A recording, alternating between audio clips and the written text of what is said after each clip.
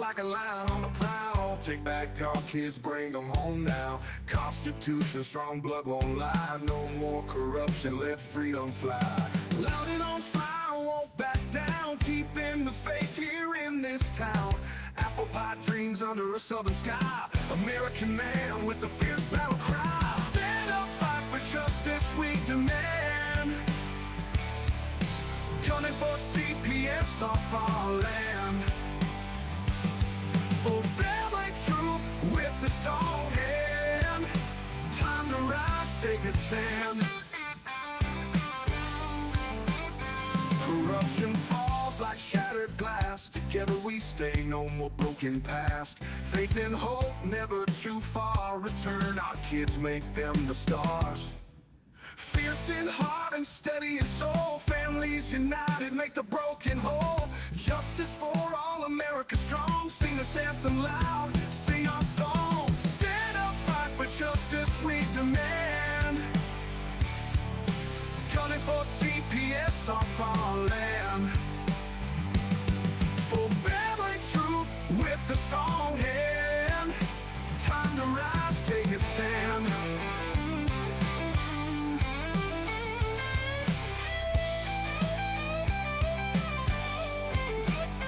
Corruption falls like shattered glass. Together we stay, no more broken past. Faith and hope, never too far. Return our kids, make them the stars. Corruption falls like shattered glass. Together we stay, no more broken past. Faith and hope, never too far. Return our kids, make them the stars. Stand up, fight for justice, we demand. Gunning for CPS off our land.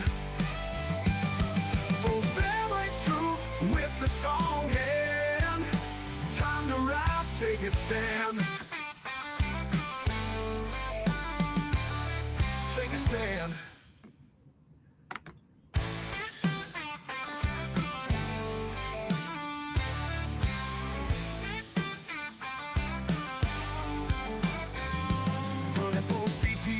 Like a lion on the prowl. Take back our kids, bring them home now. Constitution, strong blood won't lie. No more corruption, let freedom fly. Loud and on fire, won't back down. Keeping the faith here in this town. Apple pie dreams under a southern sky. American man with a fierce battle cry. Stand up, fight for justice, we demand.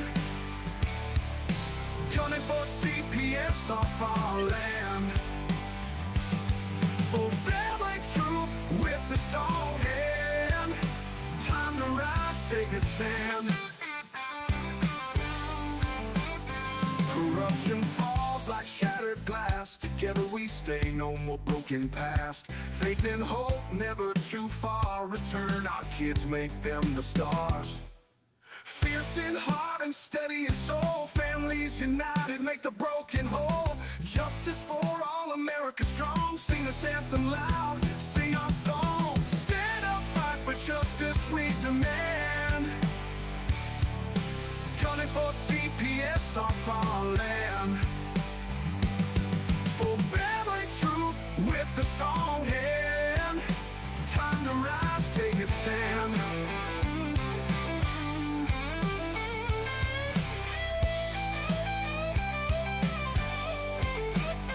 Corruption falls like shattered glass. Together we stay, no more broken past.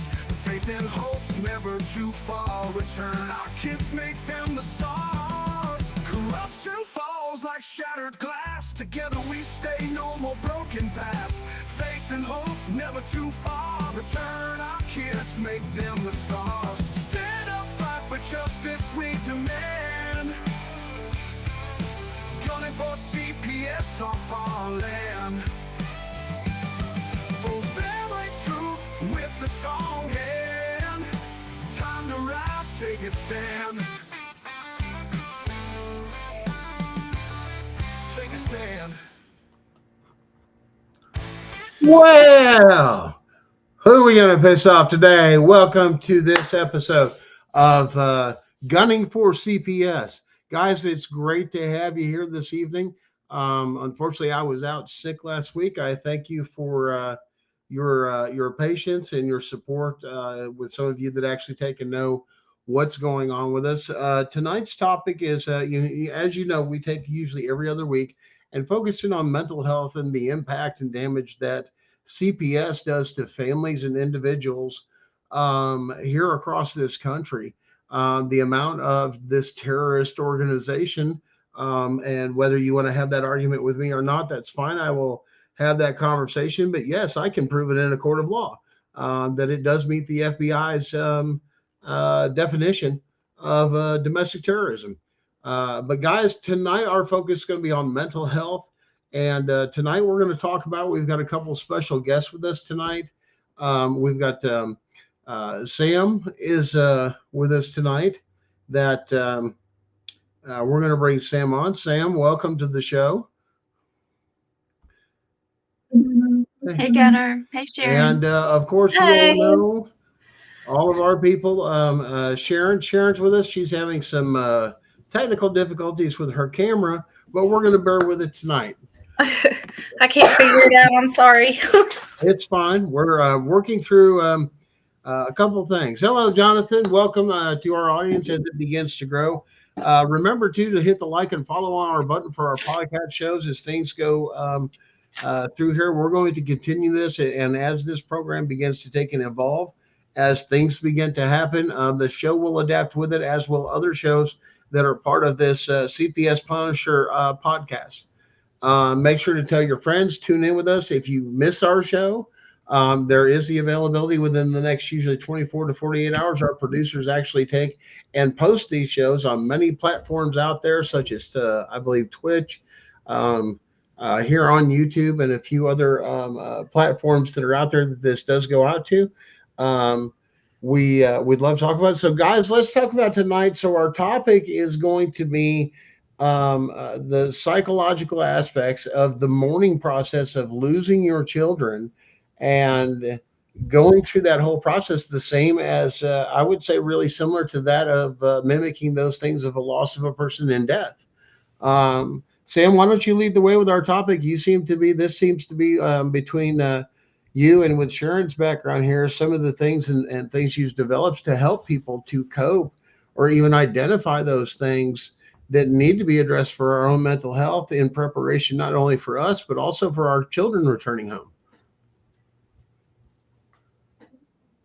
First, I'll define it, and then Sharon and I can go over the symptoms. It is a lot like grieving the death of someone, but so it has a lot of the same symptoms. Ambiguous grief is when you're mourning the loss of a person who is still alive. And so there's no closure. There's that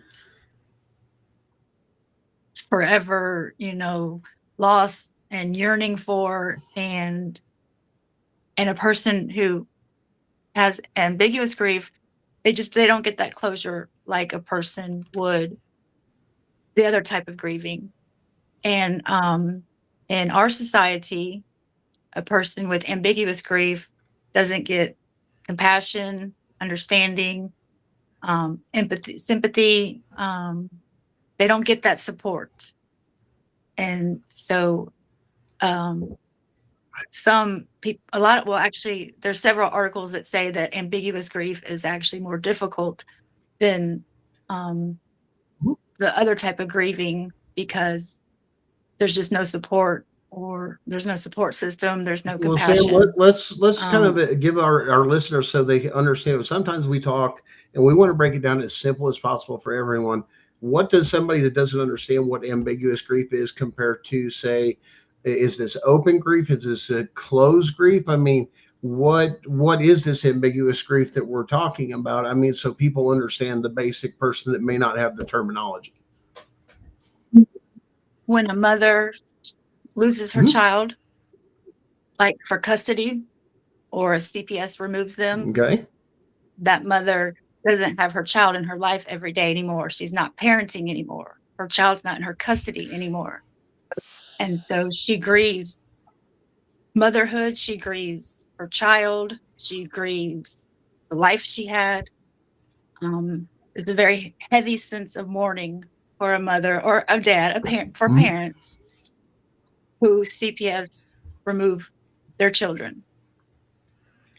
Now, what are some of the short-term and long-term term effects? I mean, or what are some of the signs I mean, because as you know, when you go through things with CPS, your mind is in a tailspin and you've been psychologically manipulated and tried to be controlled and everything else. And it may be an ongoing thing with some of our listeners that are actively involved in cases or in the middle of this stuff of, and they're trying to prepare themselves for some of this stuff too, is that separation is they don't want that, that preamble to the ambiguous grief. What are some of the things that maybe could soften some of that ambiguous grief, or prepare their mindset? I mean, that they could take and do that would, take and help them as they're going through this. Because we do understand this is a process, and we want to be able to apply this all the way from the beginning, including to the point of when the child's taken away. How do we take and prepare for this mentally? Because this is a part of the process. Once they eventually do end up taking over 90% of the children. I believe the statistics of one form or another of removing them home or adopting them out, or even those far extremities. How do we handle this? I mean, how do we handle this as a society and for this, and deal with this grief that we know is coming? Because there's not only the ambiguous grief themselves, but the foreshadowing that that's coming, and that's one of your deepest fears. Um, Maybe help us with some of those there, Sam. The symptoms are very similar to regular grieving, and so we'll let Sharon chime in here. But I will say real quick that I think the hardest part for me when my children were first removed, and it was the heaviest part of, when I was grieving, when CPS first removed my children, no, that loss of identity, not knowing who I was Mhm. anymore. I didn't. Motherhood was ripped from me, and my kids were my world. They were my everything. And so I didn't know how to function without them. I literally didn't know what to do each day. I didn't know what to eat. I didn't even know how to go to bed. It seemed like I was totally lost without them. And so I think if a parent knows that and hears that they can have more compassion, Mhm. self-compassion for themselves, and realize that what they're feeling is normal, so to say. And, instead of maybe panicking, getting off track and being hopeless, because I don't want anybody to ever feel hopeless, because healing is possible. It is possible. So I'm just going to go over, I'm sorry, my camera's not working tonight, but hopefully everybody can hear me. So I'm just going to go over what grief can look like, ambiguous or otherwise, because it can come in many forms. It can be the loss of a parent, the loss of a child, the loss of a spouse, dead or alive, as Sam has pointed out. Ambiguous grief is more the grief of a person who is still living. So there's about 5 to 7 accepted stages of grief that most people will experience during the loss. The first one is denial, and I like to put shock with denial. It's that overwhelming sense of just that disbelief of how could this happen? Why did this happen? I don't understand. This can't be happening. This is typically the very first stage that you'll go through, especially in the initial loss, just that feeling of what in the world.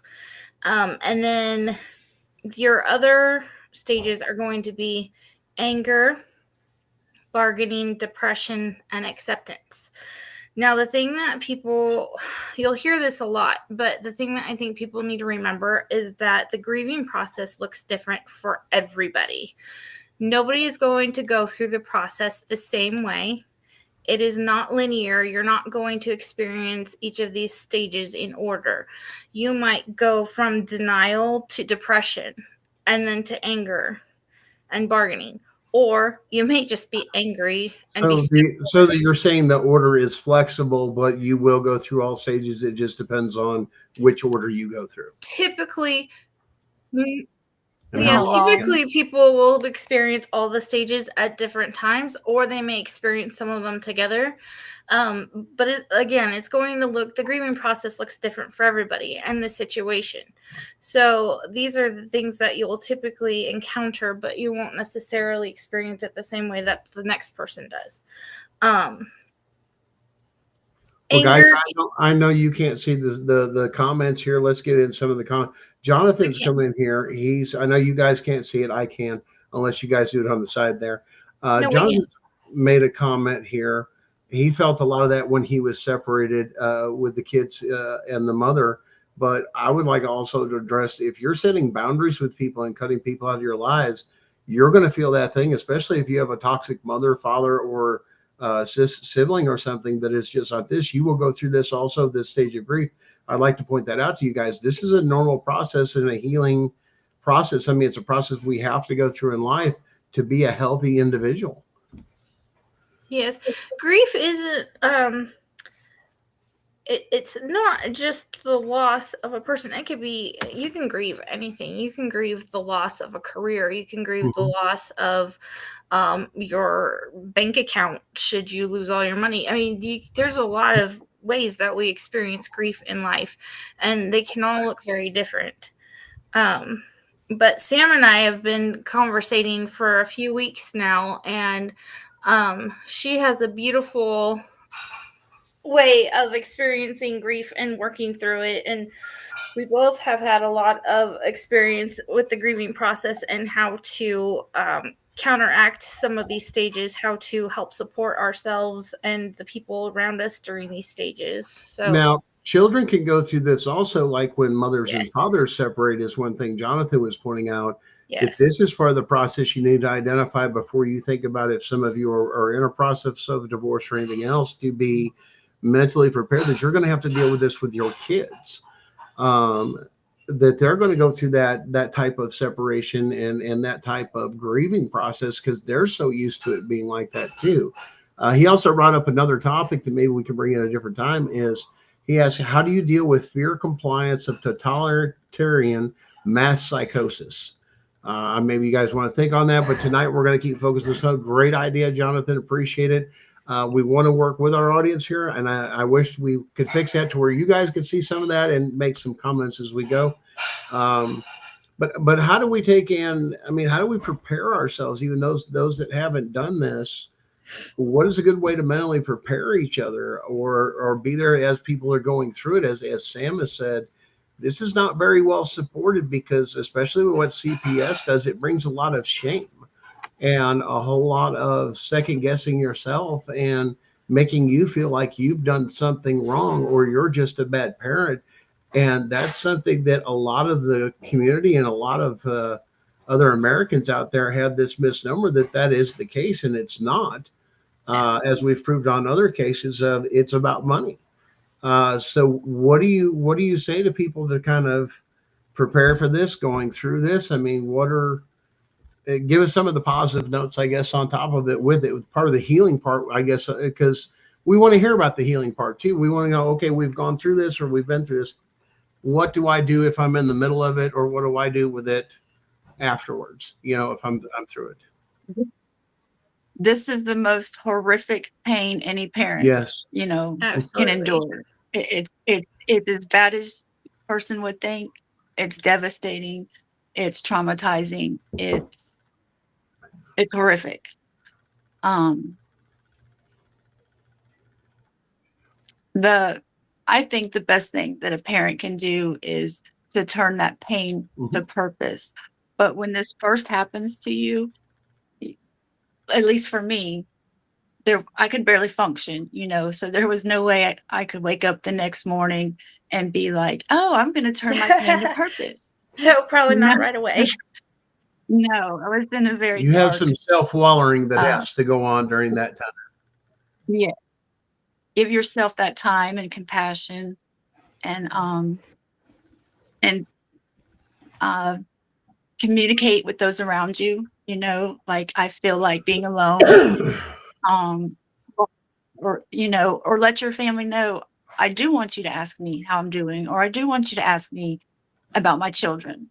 Like my family never mentions my kids, and I understand why. They don't want to upset me, but I wish they would ask me how it's going, or where am I at with getting them back, or have I heard anything, or share memories when they were with us, So I have to communicate that to my family because they don't know.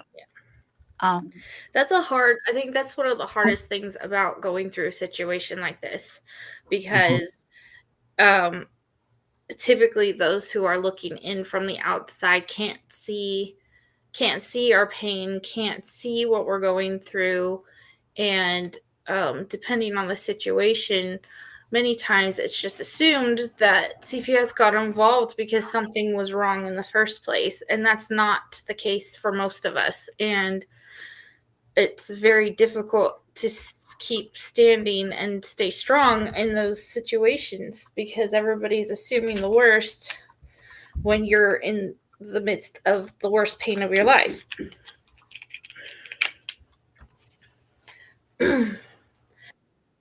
My healing journey had a lot of self-care. Self-care as in self-care included a lot of things. I like to journal. I have like 15 journals going this past year. Time in nature. Sharing my story was a big part of my healing journey on TikTok. Hobbies. I had lots of hobbies. Making jewelry, making wreaths, painting on canvas became a hobby. Gardening became a hobby. Like keeping my mind busy and in a good headspace. So my healing journey had for my self-care was a lot of hobbies. Each corner of my house had a different theme, like painting or beads, or ribbons for wreaths. Like keeping my mind busy was a huge And relief. guys, you can see it's posted here. We've got a nice breakdown flow chart of exactly what Sam is saying. Part of those things. We're going to put Sam runs an organization.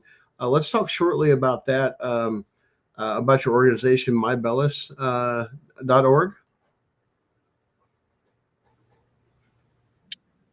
It's an amazing support group. If you go to their website, there's a form to fill out, and they'll email you the link each week to their support group via Zoom. And it's for mothers.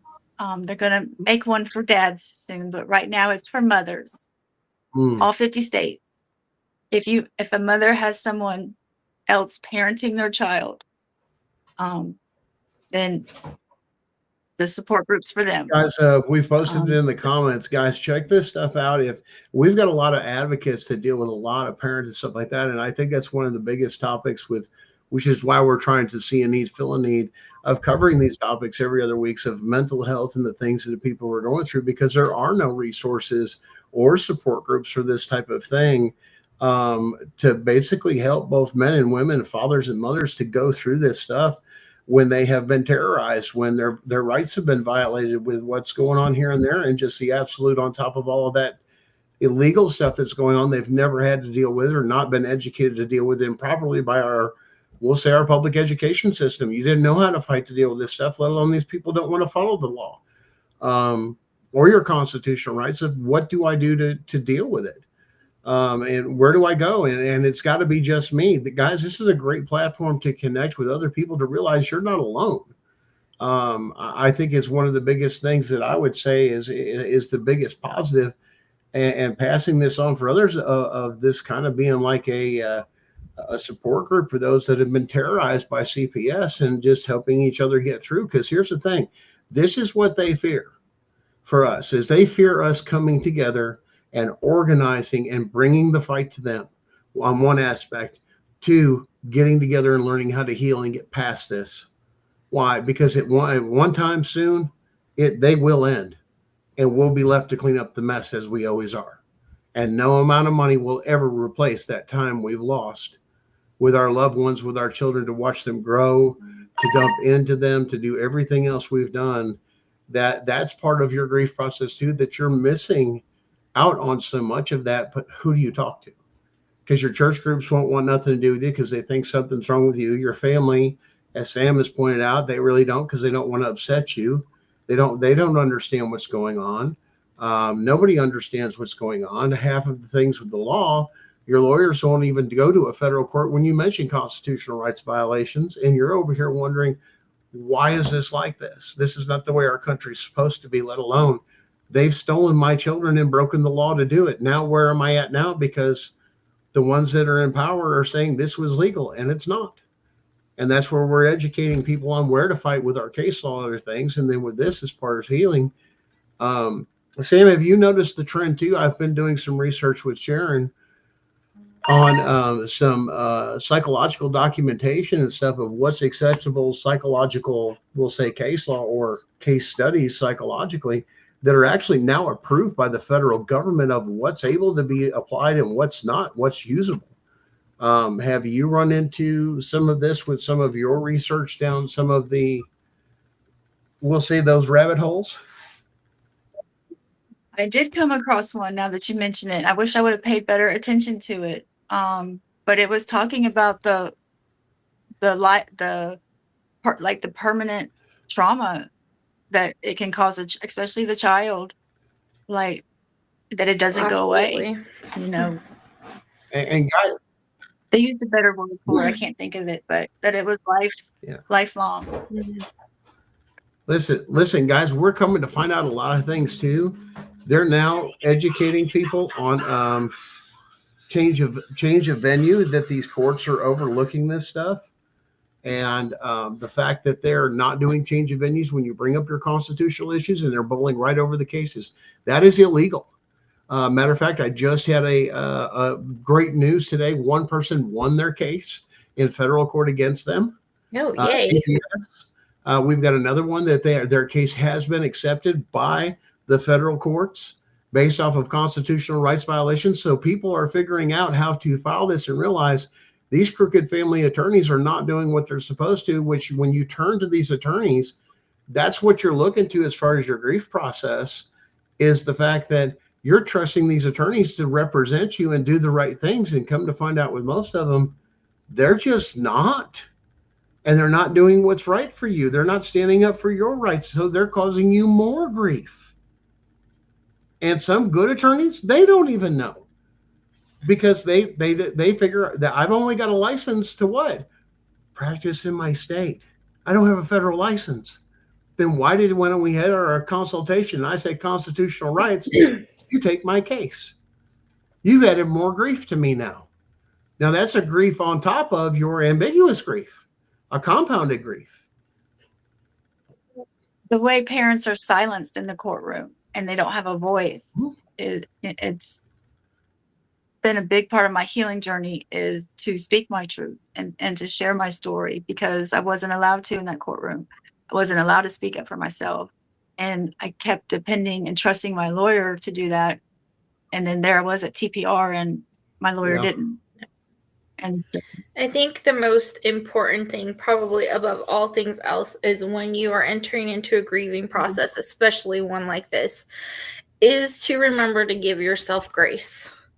And I think especially as moms and as parents, that's probably one of the hardest things for us, because we want to fix everything. And we feel like horrible when we can't. And that can be really, really hard. But just giving yourself grace to be able to go through the process.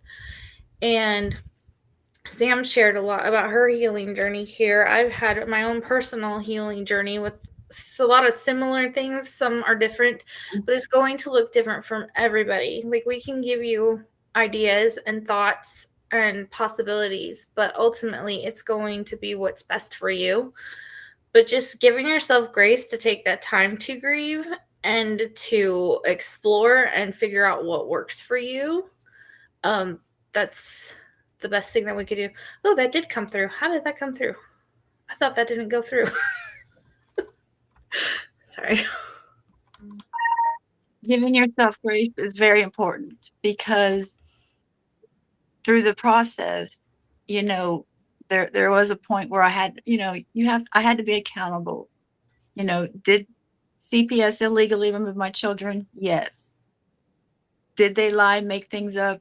Yes. Was there evidence? No. But there were still choices I made that led to some of the things that happened. And so I had to give myself grace and not blame myself and carry that shame and guilt. That's very toxic guilt. And a positive attitude is you got to be very committed to a positive attitude. Surrender, positive attitude, choosing happy, your mindset, kind of train my brain where like I would monitor my thoughts and make sure that I didn't get lost in that downward spiral of thinking where I start worrying about my kids. Well, they're not with me. Where are they? Are they safe? Are they happy? Are they comfortable? Things that moms just know about their kids, that killed me. It still does, to not be there for them. And so giving myself grace was really important because to some degree, I failed my kids, but thinking like that is ineffective. It's not going to move you and grow you forward. It's not going to bring your kids back. And so just growing and moving forward and staying positive and giving yourself grace, parents will get there. I love the way that you approach it, especially with your TikToks and things. And if you guys haven't seen Sam's TikToks, they are one of my favorite things in the world. Because I think that even though you do feel that way, you try so hard to be positive and to be supportive of people going through it. And I think that someday your kids are going to see that and they're going to know that you're only human, but you fought so hard for them. And I think that's a beautiful thing. Sam, I'd love to follow you and see some of yours, but unfortunately, I am permanently banned from TikTok on 4 different accounts. As you guys know, part of my story, we spread too much truth, too much for the general platform. It reached a massive number, millions of people, to where it's still flooding in, that they had to shut off my form of communication because we had so much attention of what was going on and educating people on their rights. There was even rumors, which we will be looking for a federal subpoena from TikTok eventually, on whether or not a state never served me and actually did a cease and desist to TikTok for false information. There's rumors that has gone on in the background, that I was never served. So that's a violation of my rights right there. If there's a court order saying a cease and desist on me and I've never been served, I'd like to find out who did that. But I'd love to see those. I followed you before, Sam. As you know, we followed back and forth on each other. We shared information back and forth on quite a few different topics until I just got the big old boot. But if you guys got TikTok on that platform, definitely go check Sam out. But me, I don't have anything there. Why? Because it's too many facts and truths, and they just can't handle it. You started every video you made, Gunner, with "Who can we piss off today?" I loved it. Well, it starts every day like that. I don't know what to tell you. Listen, if you can't have a bright, sunshiny day of looking off of, and here's the thing, it's not that kind of piss off I'm looking to go out to be mean. It's the fact of dropping information, truth, and knowledge to people that they don't realize what they're doing, to hopefully wake them up, of saying, you need to wake up before your freedoms slip away and you're about to end up in slavery. And the thing that, like the Chevron doctrine that I've talked on several times, allowed them to actually do that. And now we're going to have to clean up this mess for over 40 years of stuff, which we're in the process of doing in a courtroom here real shortly. But that's going to change a lot of things. So we're not just a talk show of doing this and that, guys. We're looking to make a difference in the courtroom and holding them accountable. That's a huge difference between a lot of other groups, I think, that I've seen. No, nothing to them. Some are great at giving information on fighting the state. I shouldn't even have to fight the state. There's my biggest thing. Unless I've committed a crime, killed somebody or injured somebody, a crime, or I've damaged somebody's property, leave me the hell alone is what my Constitution says. This micromanaging of our children and how we raise them and all this other stuff, and it's all supposed to be voluntary. It's not. As many people can do attest. And here's the other problem. When you violate the Fourth Amendment right, come into the home and you don't have a warrant, a court order, or an emergency on any case, even if anything happened after that, you've lost your kids, this and that, that's a Fourth Amendment violation. And it's called tree from a poisonous fruit doctrine. Means anything that they procured after that to use against you, your case is thrown out. So even if you've had them done, you can file an appeal in a federal court and get it. So big difference. But that's part of the healing process too, is what do we do when our kids come back home? What kind of shape are they going to find us in? We can't just crawl up into a ball and just say, what's up? You know, I'm just not going to do nothing. I'm not going to work today. And I think part of that too is like what you were saying, Sam, is find something positive, even though it's just crazy. Our new manager on duty, Vinny, is going to join us. We have a big announcement that has just come through on the hot presses. Vin, let yourself in there, buddy.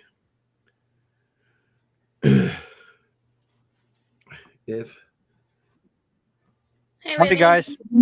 Congratulate Hey, Vinny. Vinny. He is our new manager on duty. He is the manager of all production shows.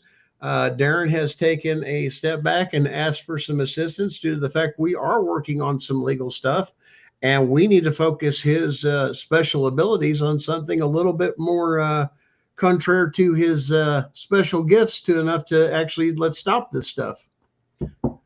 Congratulations, Vinny.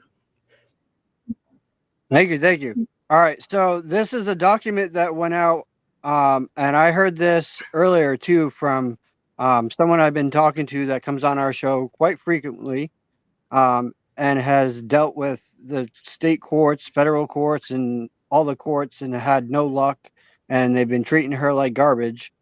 She was telling me about this, and then Danielle posted about it, so it was the second confirmation that I've gotten on this, so that makes me know it's true. And this notice tells me it is as well. It says, notice of federal hearing attending a stand for accountability. Date, Monday, February 3rd, 2025. Location, phone. Time, 11 a.m. Eastern.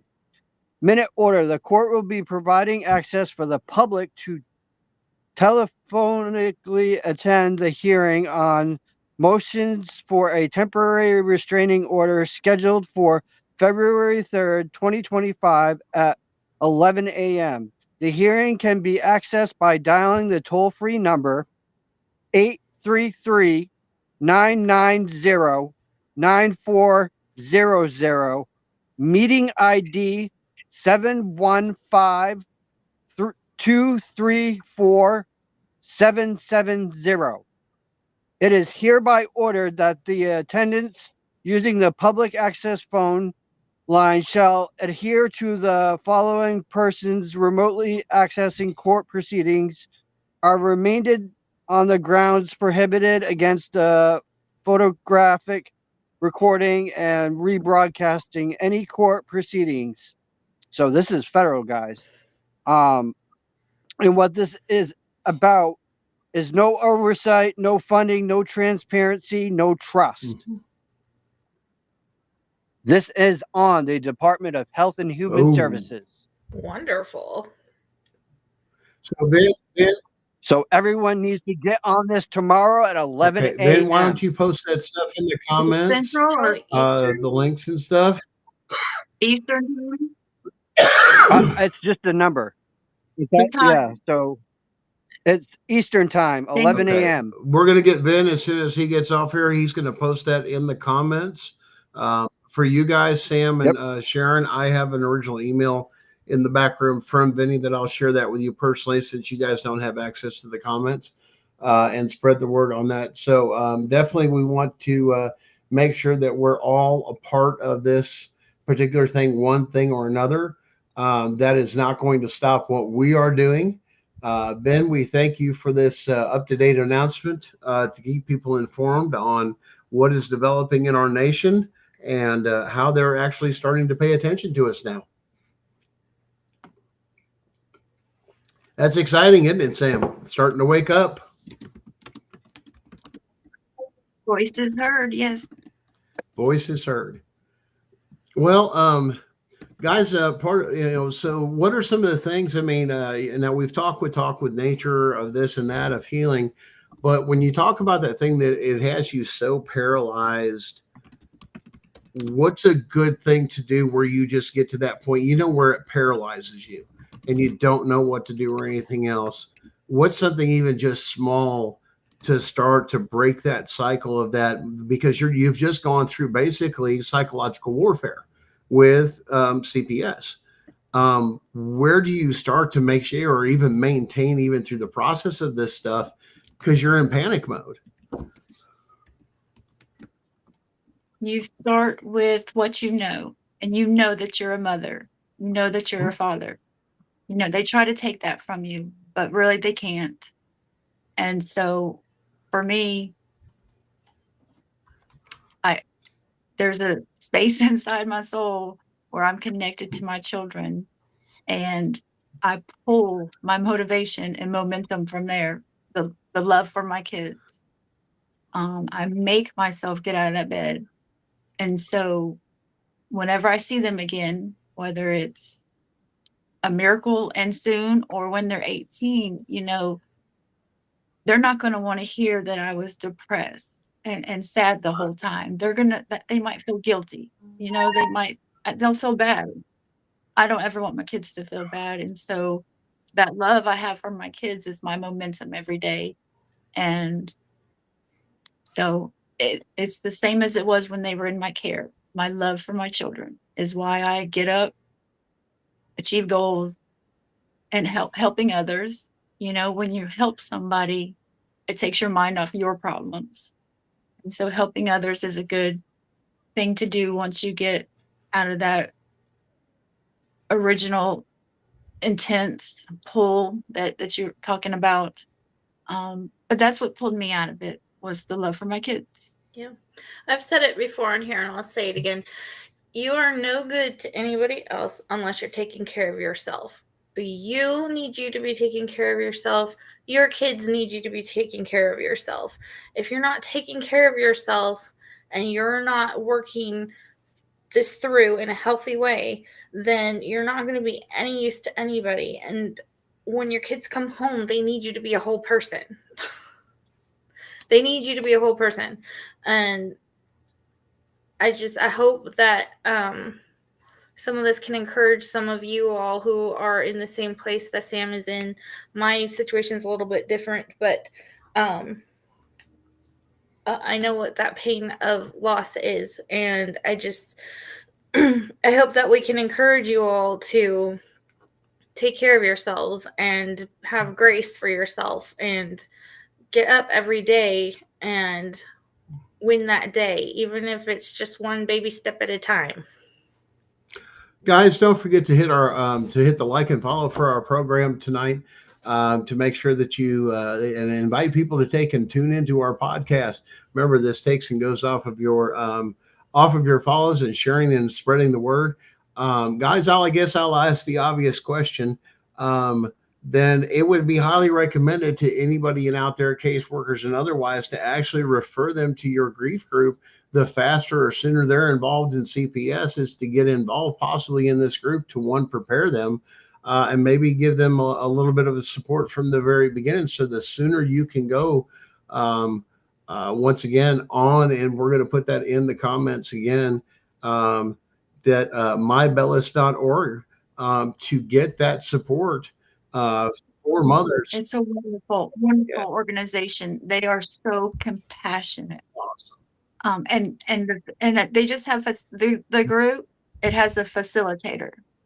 The group is really led by us moms, and so you know, when you miss your kid's birthday, when you're missing those moments that you can never, ever get back. It feels good to be in a group of moms who are going through that too. Awesome. Yeah, we definitely want to have that support group. And guys, keep this and remember too, if it gets so dark and you're even just listening to our show for the first time, guys, if you're having thoughts of suicide or anything like that, please talk to somebody, get to somebody near you, or reach out to somebody within one of our podcasts here. We do our best to get a hold of anybody, but just remember this: what they've done to you is not worth your life, and there is hope. And that's the thing we have to hold on to, that they think that they have given us no hope. I will tell you personally that there is hope coming and there is change coming. Um, just with some things that are behind the scene.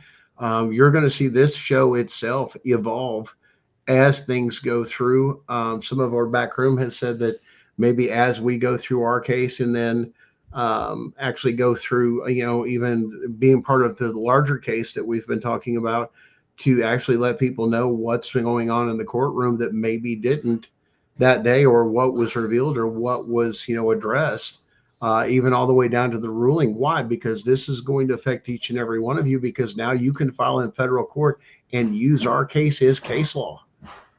That's what we're trying to set the precedence of. So you can walk in there and say, this happened to me, and now we've got a problem. That's where we're looking to help everybody out with this stuff. But the thing is we have to be ready for our kids to come home. We have got to be in a good place. I know it's rough. This is what these support groups are for, is to work through that and to get on that healing journey. Even if you buddy up with, say, somebody in the system, Sam, that's a good possibility of just having somebody to talk to that you like in the group, just off to the side. I believe that that's available too, to just get to know some of these people. We're in this together. I think that's the biggest thing that CPS, doesn't understand is, or they fear the fact that we would all come together and join together and support each other, let alone share the stories of, what we're going through as far as grief, but also the legalities that we can take and help people, to turn around. Now we can help you get your kids back here. This is how we can stop this illegal organization. Because, guys, this is unconstitutional. It was never designed. There was no crime committed enough. If it was criminal, you'd be in a criminal courtroom. There's a reason they hide out in the lowest court, even that the states have even created a lower court than civil court, that a family court. Where does that exist? And tears us apart. Sam, have you got any other tips or anything like that for us? We've got your TikTok, we've got your the website for the group here. Anything else that you'd like to cover this evening? And I know Sharon don't have a picture, so we don't get to see her face because her camera's broke. I'm on TikTok too, by the way. I only have a few videos out. It takes me a lot more effort to get one out, but I'm on there too. If anybody ever needs to reach out and chat, I'm more than happy to lend my support as well. On TikTok, it's Sam's Healing Journey. And what gives me hope also is what we're doing, and parents speaking out and sharing their story. It's kind of brand new. For decades and decades and decades, parents were embarrassed and ashamed and blamed themselves and never spoke about what happened in that courtroom. And so more and more, like, if weekly, if not daily, like, I see somebody new sharing their CPS story. And so I think that's great. And so things are changing, and there is definitely hope. I just wish there weren't so many. There's Right. so many. Like, Yeah. we are not It's comforting, but alone it's out not. there. There are so many. Mm-hmm. So anybody can reach out to me anytime at Sam's Healing Journey on TikTok. Well, guys, we're going to wrap things up as far as this thing. We'd like to close things out, and we'll just revisit. But we've got a short little video that's going to prove the fact that this is being done for profit, to kind of tie some of these things together. If you'll bear with me, we have a video. I believe we have a video here. Let's see. Where did it go? It's in. I guess we're going to have trouble with media player. Well, here, let me give you an example that a lot of people have gone through. We're going to change this up a little bit and go with the Leah. Now, this is a YouTube video of something that happened here in Tennessee of them coercing the entry. What we're talking about, most of you don't realize you've had your rights violated. What we're going to do is we're going to show this video, just bits and pieces of them coming in the house. Okay.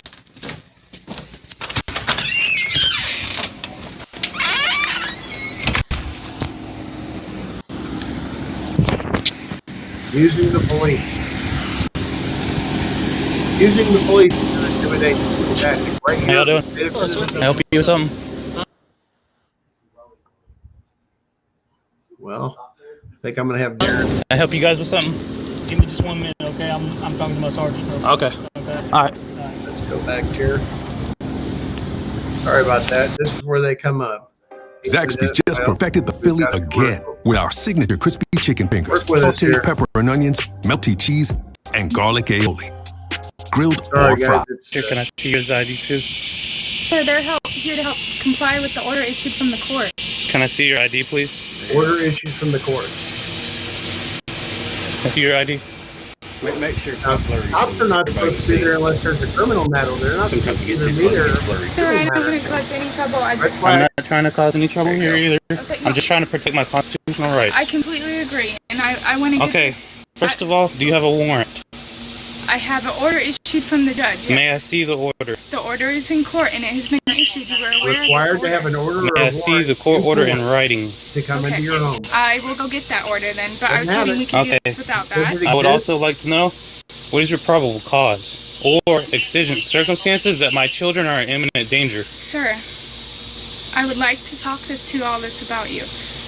I would try. What is your probable cause or exigent circumstances that my children are in danger? Okay, there is a report filed with the department. I'm trying to finish my job and do that report. I don't want to be involved in your life as much as you want to be involved in mine, okay? Do you have a reason to enter Yes. my home that my children are in imminent danger? Sir, for non-compliance with the department, it has come to this. I did not want it to come to this. Can we please work together and figure this out? My children are not in imminent danger, and you know that. Sir, I'm not saying that. Why can't we figure this out together? That's all I want to I'm do. trying to help you out here too. Coercion I'm trying to protect enter. my That's constitutional illegal. I rights, understand. and the fact that I'm out here right now, okay, is telling you that I'm trying to help you out with your investigation. Okay, I'm but- not impeding your investigation.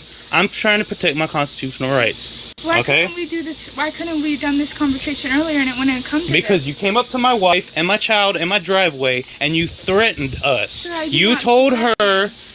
her that me and my wife abused my children. I did not tell any You person. said so in front of my child. Sir, calm She had a down. witness. And Sir, that's the reason why I have not let you in my house or speak to my child. You can say all that you want, sir. I'm telling I have you to the truth. I have to report to you. I am what was- telling you what I was told by both my wife and my child. Sir, I have to report to you what was said, and I can't talk with the police here. No. But I have to, what was said. No, I can't talk with Sir. police here. That's so I not don't get, what was time. said. Sir, okay, let me explain this to you, okay? Anyone can call in a referral to the department, okay? For whatever that person says in the referral, your right is to know what is said in that referral. That's not what you said to my wife and my child. Sir, I did. That is what You is said in the accused referral. us of being abusers. I did not accuse. I have to tell everything that was reported, and then the person explains what happened. That is what happened. And did I not also send you a fact You that did. Whoa. Guys, that is coercion to entry. That is, where is your court order? No court order was present. It's required to be there, even to remove your kids. No court order, you can't come in. Fourth Amendment violation. That means anything they produce after this can't even be entered into a court under fruit from a poisonous tree. because that's coercion. Well, if you had a thing saying a court order, then you have to come in. See, I didn't think it'd have to come to this way. Now, understand this also. There's something unique in Tennessee. There's called a retaliation law. He had already told her no. She went to a judge and swore under oath that she has firsthand knowledge that the children are being abused. And the judge gave a court order for her to enter the home. That judge just issued an illegal court order for entry into the home, and you now have a federal suit on this because there was no probable cause. He's asked her, what did you sign? Where's the court order? Because you had to go to testify before a judge, and it's already federal case law that an anonymous tip is not enough to get an entry into a home, a court order or a warrant. This is how they steal children. This is how they're trafficking children all across the country. Guys, this just gets worse. Explained everything that happened that day. Sir, a fax doesn't say what happened or not. I have to speak to the person in person to prove or not. That's my job. I apologize. Okay, well, you've spoken with me in person now. Okay. Okay, now you can finish your investigation. Sir, I still have to talk to your son. Well, you can go talk to him at school. And I still have to see the home, so... You don't have to see the home as per your investigation. Yes, I do. If you want to enter my home, I'm not going to stop you from doing your investigation, but you're going to have to do so against my consent. Sir, I don't understand why we can't work together and do it. Do you understand what the judge said that you may proceed with your investigation. And to enter Does your investigation require you to perform a warrantless search on my home based on uncorroborated hearsay? Sir, now, because the court is involved, I am to enter the home. I will go and get the order to show you, okay? And we can figure that out. To see your son, what school does your son go to so I can go see him? He goes to... Okay, thank you for your reference on that. I will go and get the signed order from the judge. Wait a minute. Didn't she just say earlier she had the signed order from the judge? Now she has to go to the judge and get a signed order to get into the house? Sorry. Guys, that means your entire case from there on out shouldn't even have been in court. That's a constitutional violation. That's coercion to entry, intimidation by the police department, everything else. Did they take and do that? No. Did they enter in? No. But to question somebody on their own private property, federal case law says that's a Fourth Amendment violation under seizure. You're not supposed to be in my house to do shit. And if so, a judge needs to have a good probable cause. You're looking for something, usually something criminal. Wait a minute, why are they doing it civil? I thought they had a case already. No, but they used the court systems, abused the court systems to gain entry to build a case against you. They can't do that. They got to have probable cause to get in. This is to educate you guys a little bit of what's going on, to where you get to the point, like with Sam, this has already happened. They've taken the kids are gone. Thing with Sharon, hey, you had to go through all this and destroyed your family. Every bit of it shouldn't even have been in a court to even proceed forward because you committed a felony.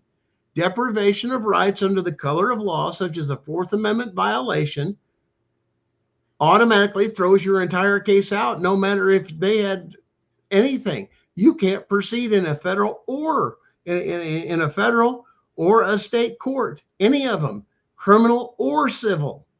It's illegal entry, illegal gains. Now you're getting where we're going, but we got to clean up the mess and be prepared, and then help those that are going through this stuff. Because here's the thing, guys, that's all there is to it. This is why we need the support group. We shouldn't have to have these support groups like what Sam's in. This is ridiculous. It's illegal. It's unconstitutional. This is uncalled for. This is a seizure of our country against we the people. Sam, I want to thank you tonight and Sharon for coming on the show. I appreciate you guys sticking with us through this stuff. We'd love to have you back on the show if you'd willing to join us. Sam, I know Sharon will be on here because she kind of has no choice in some ways, but she still has a choice. Strong arm to do it. I appreciate both of you. Thank you for Thanks a having lot, me. Sam. We appreciate you. Sure, we'll be around. Guys, it's been a great show. We want to thank you for taking and joining us tonight for our show. We're going to wrap things up. We thank you for watching tonight, for getting some information, focusing on your healing. If hit the like and follow for us. If you're having issues with suicide, please reach out to somebody. This is very important. Please connect with Sam and her support groups, as these are a rare find. If you're a caseworker or anybody else, this is a great platform to plug them into even early, just in case, and help support mothers and families to support families. Guys, it's been a great time. I thank you for joining us, and check us out next week and our new topic that we're going to have. Oh, you'll have to tune in to see what it is. And let's see who we can piss off today and throughout the week with truth and knowledge. Thanks, guys. Corruption falls like shattered glass. Together we stay, no more broken past. Faith and hope, never too far. Return our kids, make them the stars. Fierce in heart and steady in soul. Families united, make the broken whole. Justice for all, America strong. Sing this anthem loud, sing our song. Stand up, fight for justice, we demand. Calling for CPS off our land. For family truth with a strong hand. Time to rise, take a stand.